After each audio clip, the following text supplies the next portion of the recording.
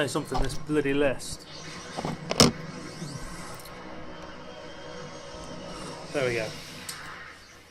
Hi guys, this is my top 25 Transformers review list. Honestly, I've tried to do this video so many times, and it is cocked up at every possible opportunity. So I'm just going to pause Transformers Prime and get on with it now. They're not in any particular order.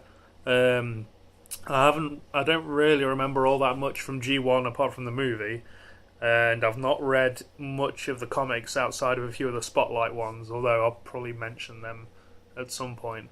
So it's largely going to be based on, I don't know, like the games, Prime, Beast Wars, animated, all that kind of thing. But whatever. They're not in no particular order, as I say.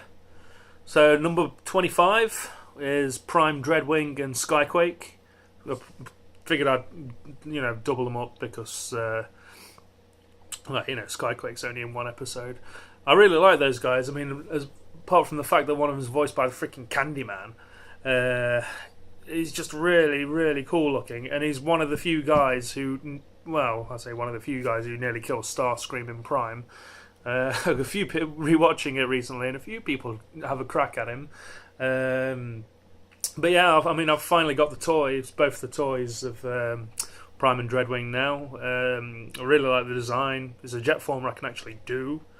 I like his Mechitech things that he comes with. I just really, really like the characters in the show, and really like the figures. So yeah, number 24 is specifically Prime Hardshell.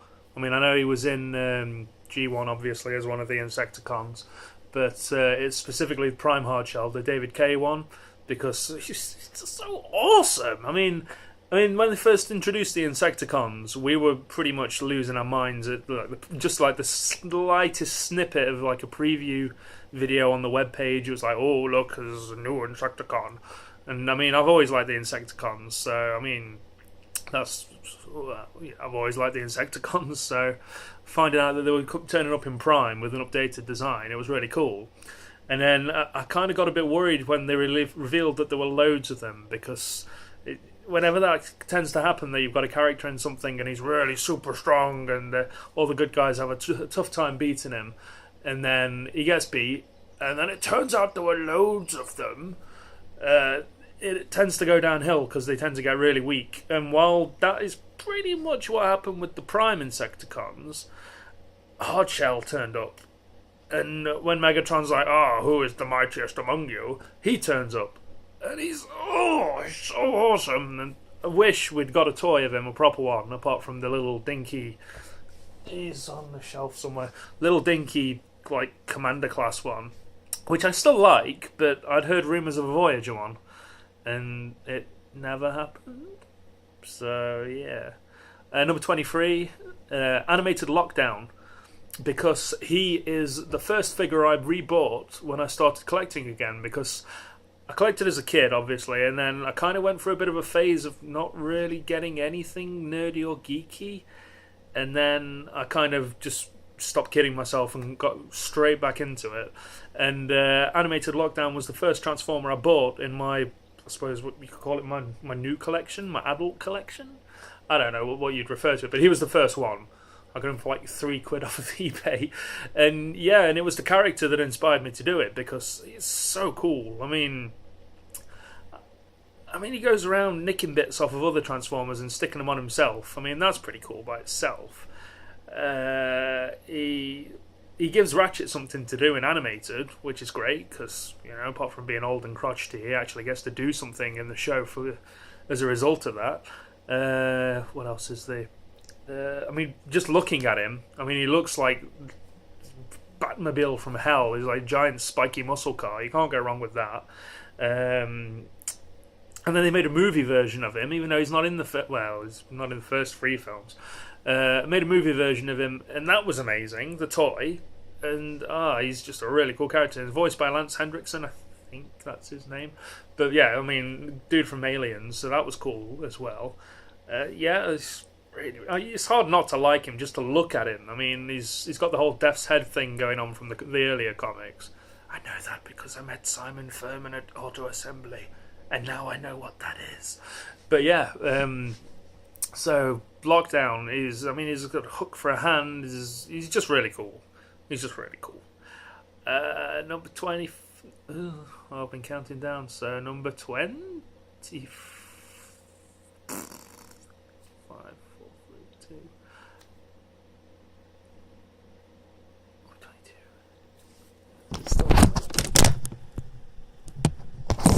Still going.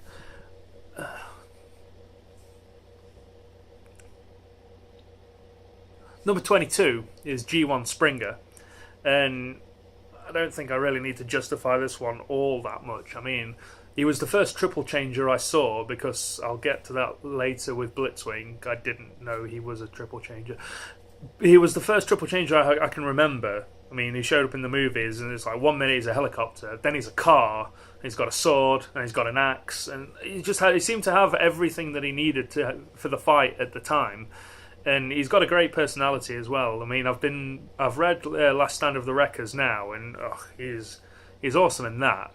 And it was just great seeing him fleshed out a little bit, because he was always cool, but he was just kind of like, just in the movie anyway, he just kind of seemed there to make things, to move things along, kind of thing.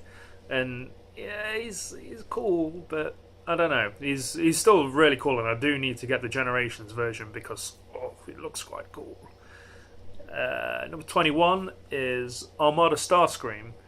Now, not for the reasons that a lot of people have probably, if people have put him on their list, not for the reason that people will have put him on, because I didn't watch all that much of Armada. I kind of caught the tail end where, I mean, spoilers if you've not seen it, Unicron turns up, and I've only really got a few strong memories of Armada. One was when they had an entire fleet of Autobot ships aimed at Unicron, and they fired at him, and he was getting blown to bits, and then he just kind of fixes himself, which it'd be fine, but the animation on it was really, really shoddy, because he didn't need, to be honest, if you'd seen him rebuild himself with like wires connecting and that kind of thing, that would have been cool. It was a planet-sized version of that, would have been cool, but he just kind of shimmers back into being fixed, and it was like, oh really? So I didn't like that. But the other really strong memory I have of that show is Armada Starscream trying to take on Starscream trying to take on Unicron. I nearly said Unicron, trying to take on Unicron with the Starsaber, and it doesn't work. It's a shame, because I admired his guts, because he gets it and he does the whole He-Man pose and he points it at Unicron and he's going to save the and he gets that lightning bolt and he dies. But I thought he had guts to try and take that on. I mean, try and take Unicron on by yourself. I mean, I don't know if he saw the whole entire fleet of all of the Cybertronians taking on Unicron, but he still went for it, so props to him for that, I guess. Number 19 is Hot Rod, because he was my favourite as a kid, because he was everyone's favourite as a kid, probably on some level. He was the cool one. He was the one that you could relate to, because he was younger than the others. He was impatient. He turned into a really cool, well, I say really cool, at the time, a really cool sports car compared to everyone else apart from Blur, who were just kind of conventional, just like a truck or a car. But he was he had flames on his bonnet for one, and his exhausts with laser guns and all that kind of thing. As I grew up, I kind of went off him a bit, as I think a lot of people did, because we just kind of realised that he was a bit of a failure as a Prime. But that's Rodimus. It's a different character. I mean, Hot Rod, for me, I only really remember him from the film, because obviously he was introduced in the film, and he became Rodimus at the end, and he wasn't in the show. I don't think he was in the show as Hot Rod. I think he was introduced in the movie. Pretty sure he is. And I mean, we can kind of forgive him for getting Optimus Prime killed, maybe. But yeah, specifically, this is G1 Hot Rod I'm talking about, not any of the other Energon, Cybertron, any of those other kinds. But yeah, Hot Rod was always a favourite of mine, because he was the cool one. I mean, everyone was the cool one. Number 18 is Dark of the Moon, Laserbeak. Specifically, Laserbeak from the third film. Probably one of the only people who's going to be putting a movie bot on their list. But, Laserbeak. He was really cool. I mean, he kind of got the whole robots in disguise side of being a Decepticon, because he was a photocopier, he was a creepy little girl's friend robot, he was a buzzard for some reason, and he was really creepy as well. I mean, that helps. I mean, he doesn't speak in the show, as far as I can remember. I don't remember him ever really speaking in the G1 show, but I mean, he gave him a really creepy little voice, and his toy is amazing. I bought two.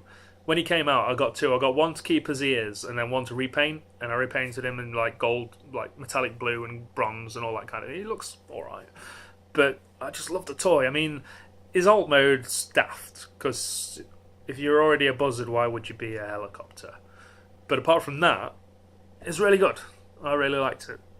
I really, really, really liked his design in the film. I thought he was not terrifying. I thought he was creepy, at the very least. I thought he was very creepy, and yeah, he just got stuff done.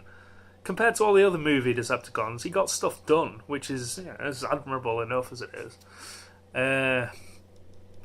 Number 17, all the black repaints of Bumblebee throughout any range or whatever. Specifically, Prime Murderbee. Don't know if the camera's gonna thingy. And Cyberfire Bumblebee. This guy is the only thing I wanted from Auto Assembly in 2011. I watched Smuznow's review on it, Dave, and I was like, yes, Terminator Bumblebee, I'm sold. And I managed to get one, and it wasn't ridiculously overpriced, and I still ended up leaving the place with about 20 robots, but I got the one I wanted, which is the main thing. And I just love them. I mean, especially the Prime... The Prime Murderbee. He's just spikes and anger. I mean, he doesn't even have any eyes. He's just got like these black soulless holes. I mean, I don't know how well it'll focus, but I mean, every other iteration of Bumblebees either had like light piping or at least painted on eyes, but this guy's just it's like he just had like steroids on him. And obviously I don't need to go on about Cyberfire because he's amazing. I think he's in my list of if my collection ever went missing and I only found one left, like if my house collapsed and nothing was retrievable apart from this one figure, he'd be on the list, I think, of the ones that I'd hope to find intact, because he's really good. I mean, his Ulmo is really nice as well. I mean, all of the black Bumblebees are, because they're black muscle cars. And those two guys especially are covered in spikes and lightning bolts, and the black and yellow, so they're pretty good. Next up is Beast Wars Inferno. Now, I didn't watch Beast Wars as a kid because I kind of looked at it and was like, well, they're not real Transformers. And then I tried to have another look at it and I was like, well, they don't turn into anything interesting, because obviously I'd only seen the Maximals, and it was like, oh, so there's a rat, there's a rhino, there's a cheetah, and there's a monkey. Why? This is boring. I don't care. So I just completely blanked it and just forgot it was a thing until my friend Colin and Brent started trying to convince me to watch it after I got back into collecting, and I was like, you know what? Yeah, I'll give it a go, and I watched it all because it's really good. It's really, really good. I mean, I'm not going to waste your time selling you on Beast Wars because, well, I'm going to waste your time talking about one of my favourite characters from it. But I won't waste my time trying to convince you to watch it, because if you haven't already, then you're probably not ever going to. But yeah, that's my phone beeping because my battery's running out. But it's still going, so it's still good. But yeah, Inferno. Basically, it's hard to describe him without having to go into the premise. Basically, just gloss over this whole part about Beast Wars. Beast Wars, whole plot, ships crash, stasis pods around, orbiting the planet. Every now and then they drop down when a new character is going to be introduced, and it results in a race between the two teams, to Predacons and Maximals, to catch it, to seize it for themselves, and have him or her, as is the case, join them and become a Predacon or a Maximal. Now, a lot of the time, the Predacons have the better alt modes, and Inferno's no stranger to this because he's a giant fire ant, and he's insane. He's completely insane. He has flamethrowers and these giant guns, and he doesn't stop fighting until he's literally blown apart sometimes. He was meant to be killed off at one point in the show, and you actually see him get vaporized, and it's like, oh, Inferno, because he doesn't care. He shoots some explodey thing right point blank. He doesn't care because there's a chance he might get some of the good guys in the blast. He just does that, blows himself and them up, but they get away. And the writers, because they didn't know whether or not they were going to make a second series, a third series hadn't been confirmed. They were like, yeah, just kill them all off. But then it was confirmed, and they were like, oh, we should probably bring him back. So he just turns up again and he's completely fine. He's great. He's mental. He calls Megatron his queen because he's a bit scrambled, and his ant persona's taken over his robot persona a little bit more than usual. He refers to his little drop pod that he came down in as his colony, and he'll defend that to the death. He calls Megatron his queen. I mean, you don't even need to write it yourself. I don't need to come up with anything for that. You just take it as face value. He calls Megatron a queen, and Megatron, well, he's annoyed by it, but he kind of doesn't stop him either. So, don't know. Next up is the Prime Vehicons, or Steves, as I refer to them, and I've tried to get other people to refer to them with some success, referring to them as Steves. I love the Prime Vehicons. From the second they turned up in the first episode, where they're chasing after RC and Bumblebee, and they seem pretty nails, and they're just really great. I love the design. The face, the helmet with the visor, like the Cylon-looking face, is amazing. The toy is amazing. I've got, at last count, I've got 5 of him, because I customised one into like a little... I got a Prime Rumble and Frankenstein them together. But I went through a phase where my local shops had the Prime Vehicons at dirt cheap, and I was like, I want another one, and I ended up with the whole squadron, which isn't a bad thing because they're really good toys as well. And I just love the Vehicons. They have such a rough time in the show, and they don't stop. I mean, there's a point where Megatron is shouting at them to chase after the Autobots, and he grabs one of them and throws him off the ship, not knowing that he's not a flying one, he's actually a car one. So he obviously face plants into the floor and explodes. But I just love the fact that they get a little bit of personality in them, even though they are drones. They do every now and then. I mean, there's a part where, stupidly, they stand up to some Insecticons because they just start sassing them in the hallway of the Nemesis, the ship, and they get ripped apart. I mean, there's the Insecticons, they're like 15 feet tall, but it took balls to mouth off to the face like that, so that's kind of a bonus, really. But yeah, I love the designs. I just really, really like the Prime Vehicons. So yeah, I'm going to pause it now.